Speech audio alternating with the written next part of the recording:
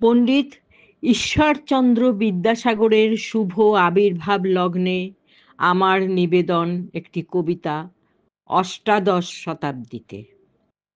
কলমে ও কণ্ঠে আমি ছন্দা চট্টোপাধ্যায়। মা কেঁদে কয়, মঞ্জুলি মোর ওই তো কচি মেয়ে।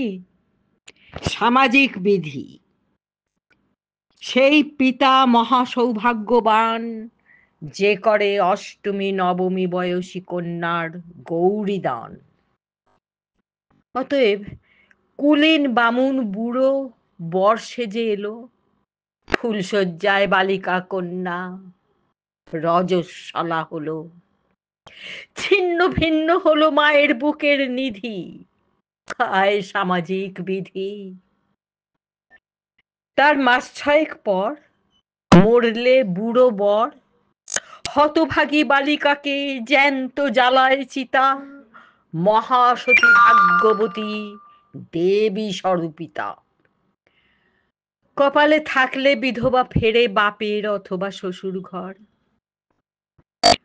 অবোধ বালিকা বৈধব্য বোঝে না, একাদশীতে বন্দি ঠাকুর ঘরে নিরম্বু উপবাস।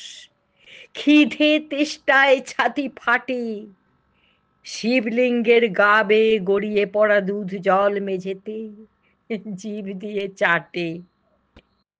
মা, মা আমায় মাছ দে। তোর খেতে নেই মা, তুই যে বিধবা। নাপতিনি এলে ছড়িয়ে দেয় কচি দুটি পা, আমায় আলতা পরা। নাপতিনি বলে, তোকে আলতা পরতে নেই, তোকে সিঁদুর পরতে নেই। বলে, তোকে তেল সাবান মাখতে নেই, তোকে লম্বা চুল রাখতে নেই, তোকে সাজতে নেই, তোকে আমিষ খেতে নেই, এই করতে নেই, ওই করতে নেই, সেই করতে নেই, নেই নেই নেই। তুই বিধবা, তুই বিধবা, তুই বিধবা, তুই বিধবা।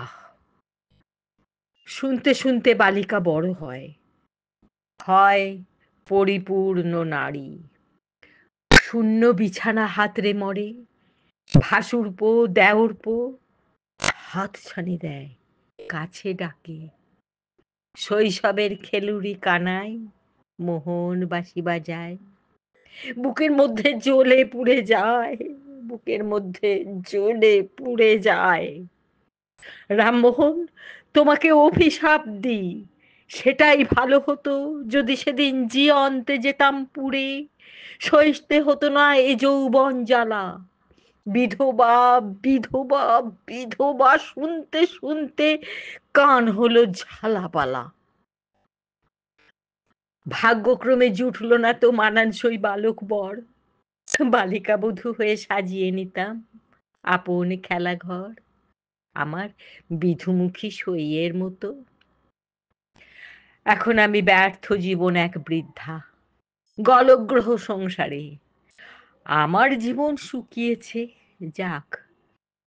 তবু শুনি এসেছেন বিদ্যাসাগর, শাস্ত্র বিচার করে উল্লেখ করেছেন পরাশর সংহিতার অমর শ্লোক, নষ্টে মৃতে প্রব্রজিতে ক্লীবে চ পতিতে পতৌ পচস্যা পতুষু নারীণাং পতিরন্ন বিধায়তে।